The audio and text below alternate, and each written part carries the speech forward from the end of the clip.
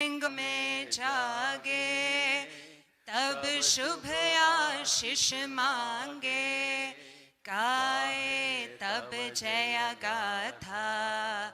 जन गण मंगलदायक जय है भारत भाग्य विधाता।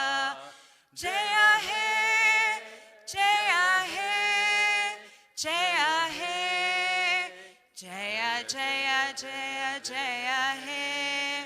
जय हिंद, भारत माता की जय। Welcome Rahul Gandhi ji, and thank you so much for the opportunity. Thank you everyone. Please get seated. I would now like to invite on stage our Vice Chairman IOC, Mr. George Ibrahim ji, to give the welcome address. Welcome to Javits Center. Thank you very much for all your active participation, the enthusiasm and the energy. Before we start today, let me invite the Haryana chapter under the leadership of Huda ji to come and honor Sri Rahul Gandhi with a Pongala.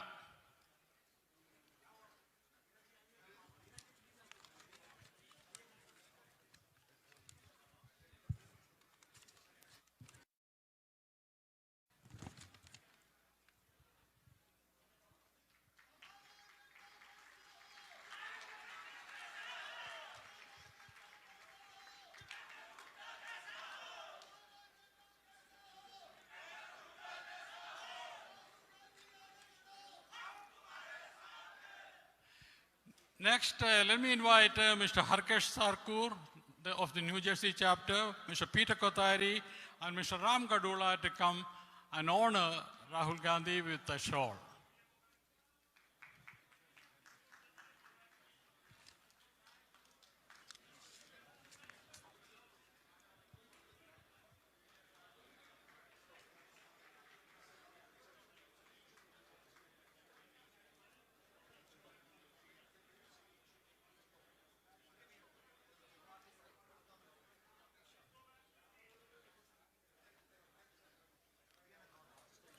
Thank you. Good afternoon.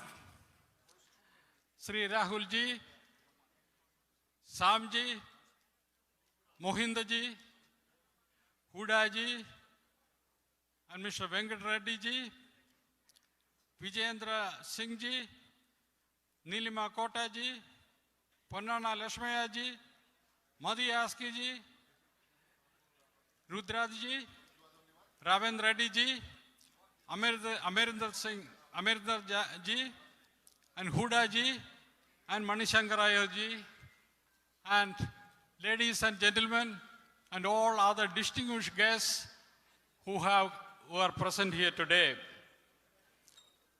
We consider at the IOC USA, it is a great privilege to welcome you to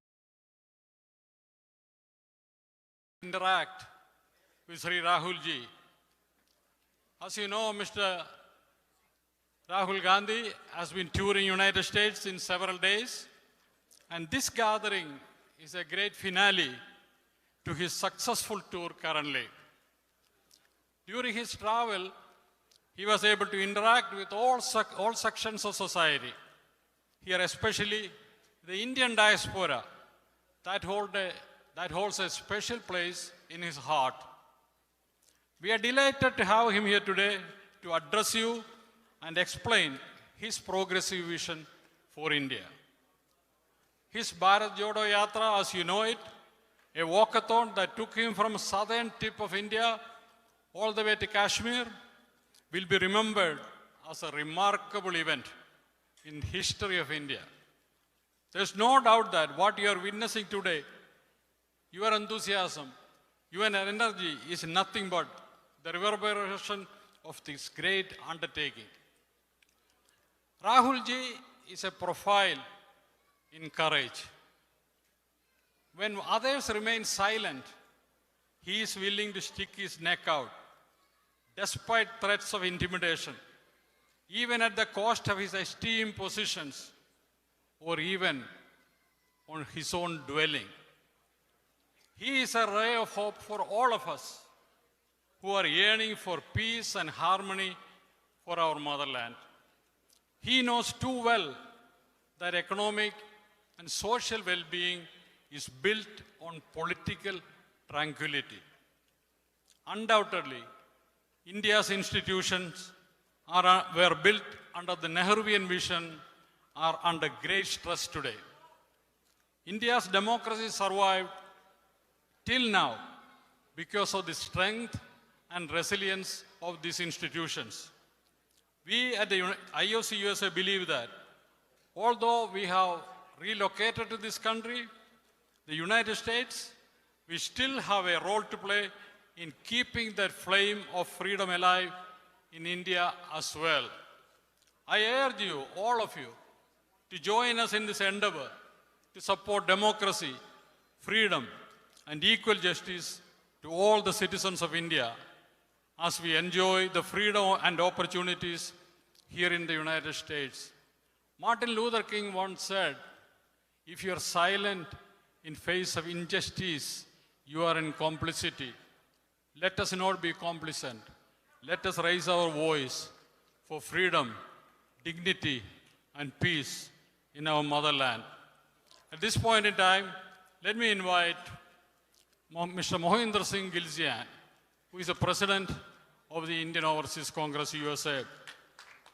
As a president, he has been working tirelessly for the last several weeks to make this event a great success.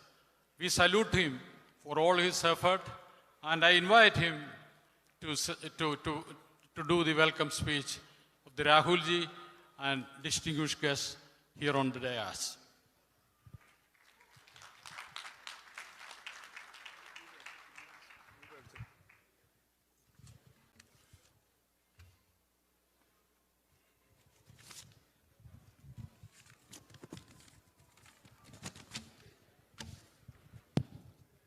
जोड़ो जोड़ो जोड़ो जोड़ो जोड़ो जोड़ो जोड़ो जोड़ो Respected Sam Padoda ji, my motherland's future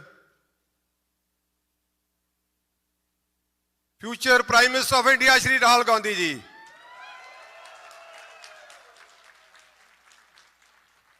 ladies and gentlemen, my dear fellow Indians, it is my honor to welcome our leader Shri Rahul Gandhi ji. Rahul ji, I took over the charge of Overseas Congress 4 years back. My team's dedication, hard work and commitment result in such as increased engagement with overseas Indian and strengthen the party presence in United States. Rahul ji, the recent Bharat Jodo Yatra has inspired millions and once again provide hope for all of us who aspire for democracy and freedom.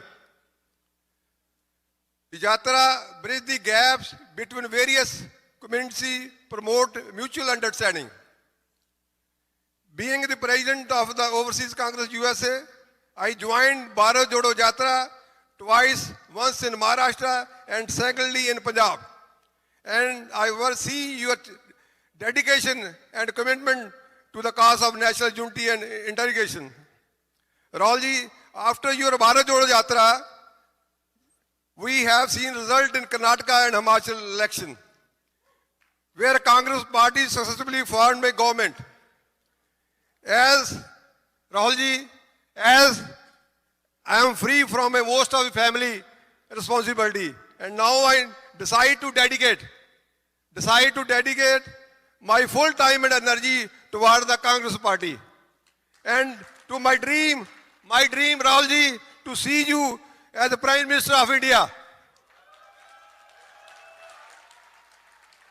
As the President of the Overseas Congress, I feel with pride and gratitude for the opportunity to host you today. We look forward to hearing your valuable insight, your vision for a strong India. and your guidance, how we as overseas Indian community can contribute to our beloved nation's progress. We still feel mentally and emotionally connected to India, even though we are currently in the United States of America. I don't want to speak long. We here to listen to our leader, Shri Rahul Gandhi ji, but I want to say very special thanks to our beloved leader who came from India, especially Raja Varinder Singh ji, Raja Vading, Punjab Pradesh Congress President, Revant Reddy ji, President Telangana, Dupinder Singh Hooda, Member of Parliament, Kota Nilma, Vijay Indra Singla, ex-minister, and lot of more friends. I didn't write the name, I'm sorry, but a lot of more leaders came from India. I'm really thankful to you. And I want, thanks Rahul ji, on behalf of the Indian Overseas Congress USA for his visit and wish him all success in the future. God bless you. Jodo, Jodo. Jodo, Jodo. Now can I invite Sam Padoda ji, our global chairman of Indian Overseas Congress. Am I right?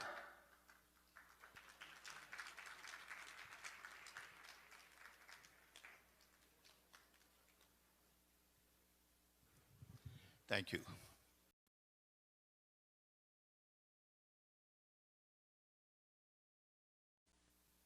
Distinguished leaders of the Congress Party on the dais, this Congress on the dais,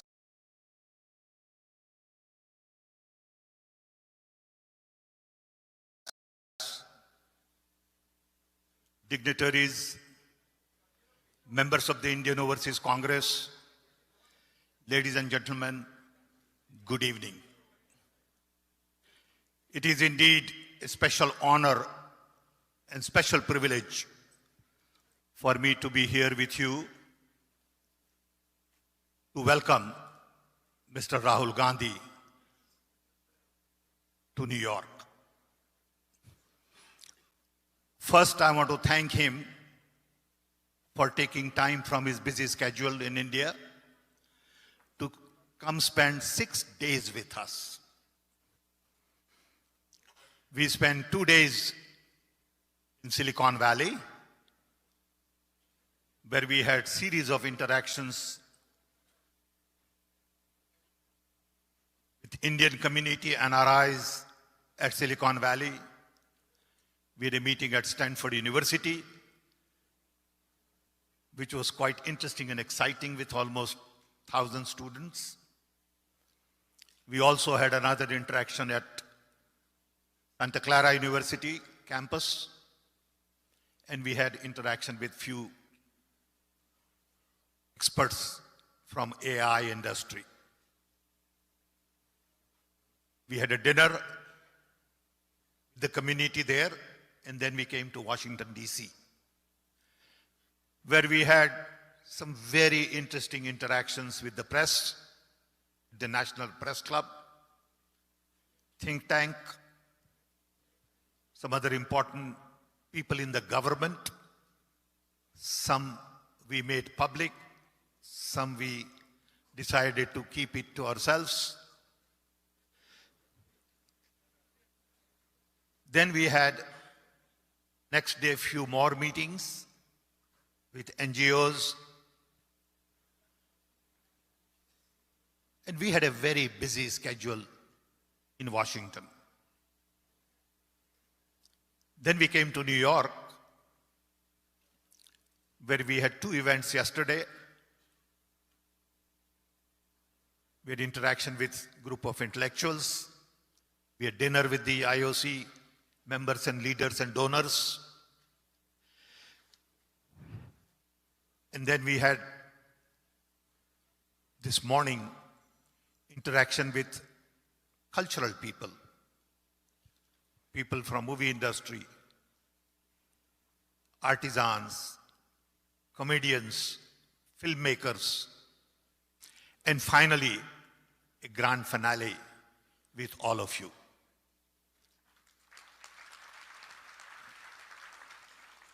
I want to thank you all, also from bottom of my heart, that you all have taken time from your busy schedule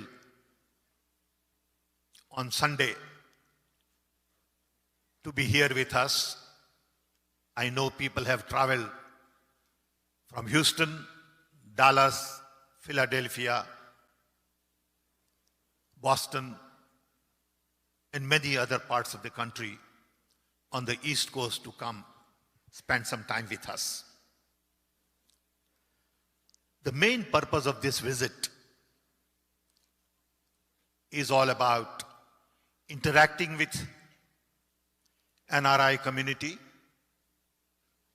learning from them, connecting with them, and also meeting with American leaders, institutions, to really explain to them our version of what is going on in India. It is more about sharing and caring for each other. I must say, Mr. Gandhi had phenomenal reception. Everywhere we went, hundreds and hundreds of key people came to see him. My phone hasn't stopped ringing for last 6 days. I haven't yet read about 1,000 emails on my phone and close to 500 messages, because everyone wants to meet, connect, advise, and want to know more about Rahul Gandhi's visit. Our main message is that Indian democracy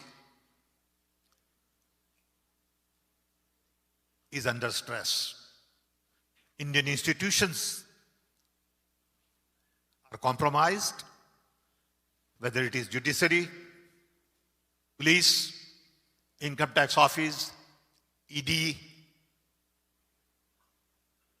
even universities, where vice chancellors are not really allowed to do certain things and promote free speech. Our civil society is compromised because people have been harassing NGOs with issues related to foreign exchange violation, so-called money laundering.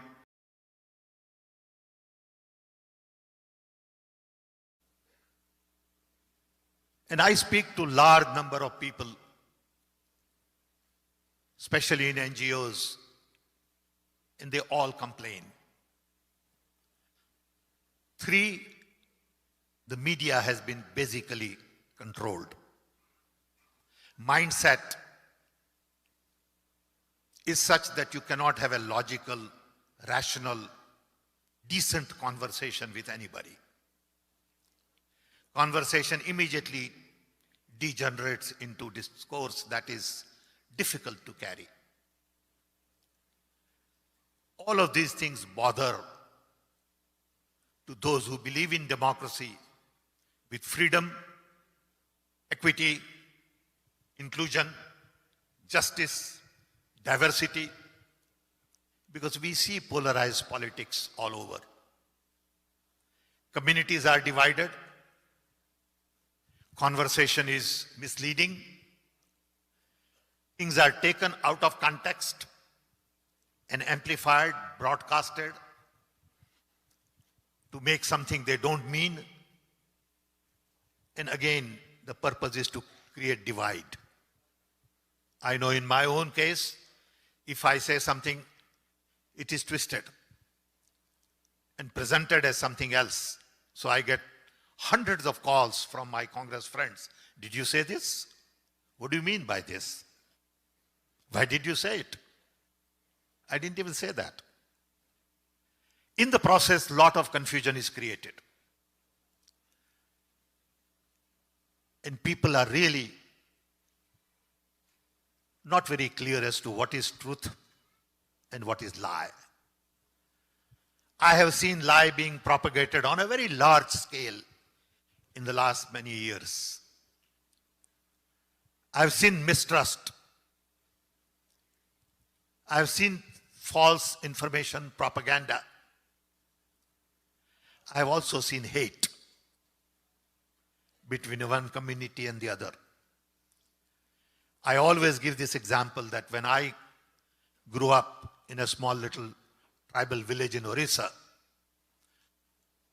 right in front of my house was a Muslim family. We were 5 sisters and 3 brothers. They were 5 brothers and 3 sisters. Next to it was Sardar family. On the left was a Jain family, Marwari. In the back was Oriya. We all lived together, played together, ate together.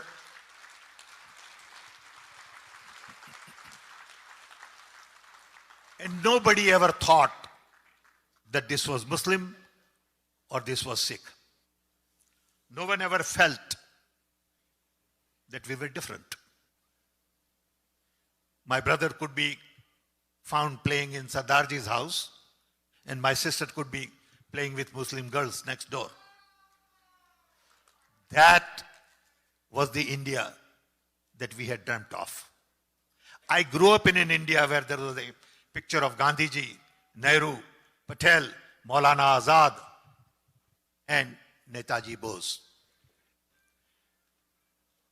We were taught to believe in truth and trust and lies. And I tell you, that was a very different India from the India I see today. India I see today is all about conflicts, unnecessary conflicts. And that bothers many of us. So we have 2 narratives in India today. Congress narrative, which is more about truth, trust, love, diversity, inclusion. And you have another narrative, which is exactly opposite. It is about lies, it is about mistrust, it is about hate, it is about uniformity. And Rahul Gandhi, in many of his conversations in the last 6 days, has spoken a great deal about the need to have a different conversation with different states in India. And I'm sure he will talk about this at length. I had an opportunity to work with Rahul Gandhi's dad, Rajiv Gandhi, for a decade.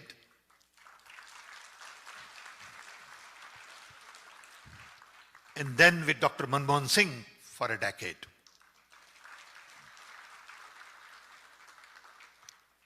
It was not dictatorial. Prime Minister never took credit for anything. Prime Minister supported us, gave us credit. When something got done, Prime Minister was never in front saying, I got it done. I must tell you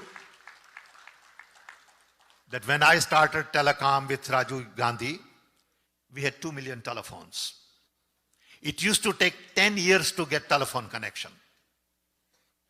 Most of you are too young to grasp that idea of 10 years of waiting list. In a short span of 30, 40 years, we have 1.4 billion phones and we generate $200 billion worth of software export.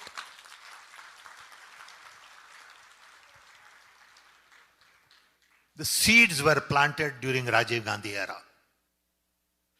I personally say that Rajiv Gandhi gave meaning to my own life. He gave us chance to do things, dream about the future. In 1980, liberalization was a dirty word. Privatization was a dirty word. We fought the system. Manmohan Singh, Narasimha Rao carried it forward. Every little things that you see today in terms of fruits, seeds were planted by Congress party.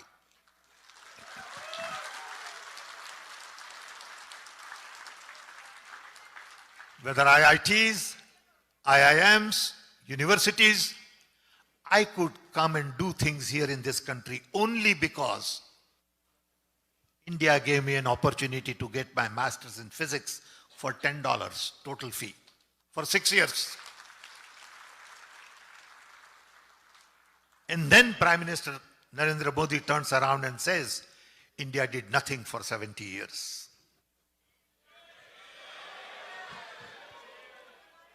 And that hurts. That's a lie. And people are comfortable with lie. If I would lie, I won't be able to sleep that night. And I don't know how they do it. So India is what India is today because we all worked very hard. Mr. Rahul Gandhi also spoke a great deal about US-India relationships and his version of what is important to some of the key people in this country and also to media. And there are some very interesting lessons to learn from what he has to say. On one hand, America looks at Indian relationship in terms of transaction. We are buying something, so you must give something to us. We are more interested in fundamental values, relationship based on values and not on transactions. And I'm sure he will get a chance to talk more about it. Finally, I want all of you to know that Indian Overseas Congress is in 32 countries. We have offices, officers.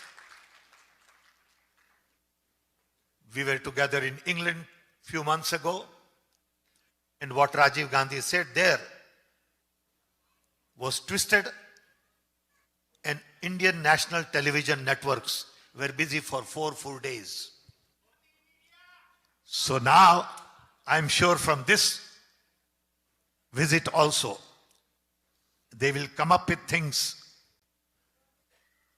to really start misinformation campaign and polarize people. We plan to continue this effort to talk to global community because you are all very important to us. You are the ambassadors of India, as Rajiv Gandhi has been saying.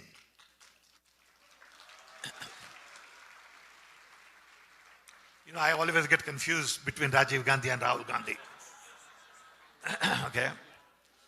Because I still think I am young. So I say Rajiv Gandhi, and then I remind myself that I am too old. Then I go back to Rahul Gandhi. But we do believe you are very important to us. You can help us in spreading the right message. You can help us in talking to your communities, your friends, your relatives about what kind of India we want to build. You know, recently someone came and took a picture with Rahul Gandhi, and I said, look, for every photograph, I want minimum 10 votes.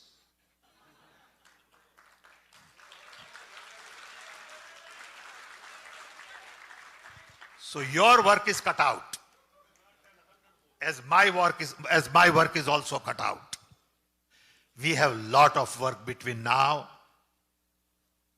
and the 2024 elections. I want you to help us, help the country, help the party, help the real message of India to go around everywhere. I also want you to think about how else you can help us. You can support a local candidate. You can go back home and work with them, refine their campaign, participate in their campaign. Next 24 months will decide the destiny of India. Next election will decide which path we take. Do we go on the right path or we go on a wrong path? If we miss the path, the price to be paid is going to be very heavy. I know what is going on in India from my perspective. I'm telling you, for last few days, I've been very concerned. For example, the train accident in Odisha. My heart goes out to people who died and their families suffering. There is no need for an accident like that. We have all the technology for anti-collision system. We had that technology during Manmohan Singh time. I was the chairman of the report on railway modernization. I recommended then in that report that we should implement anti-collision technology for all 6,500 kilometers of track. This government agreed to it, but only 1,000 kilometers has been implemented. Coming here, we just learned about some bridge that fell down on Ganga. Is that the kind of infrastructure we are believing in? We have a problem with unemployment, inflation, education, health. No one talks about these things. But everyone talks about Ram, Hanuman, Mandir. And I have said that temples are not going to create jobs.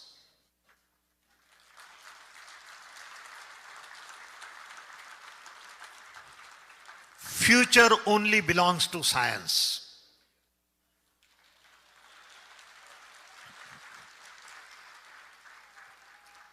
Unfortunately, BJP government has taken theory of evolution out. And now I am told to my surprise that periodic tables have been taken out of the syllabus. But people don't speak against it. Indian scientists have not spoken because they are all afraid. There is fear.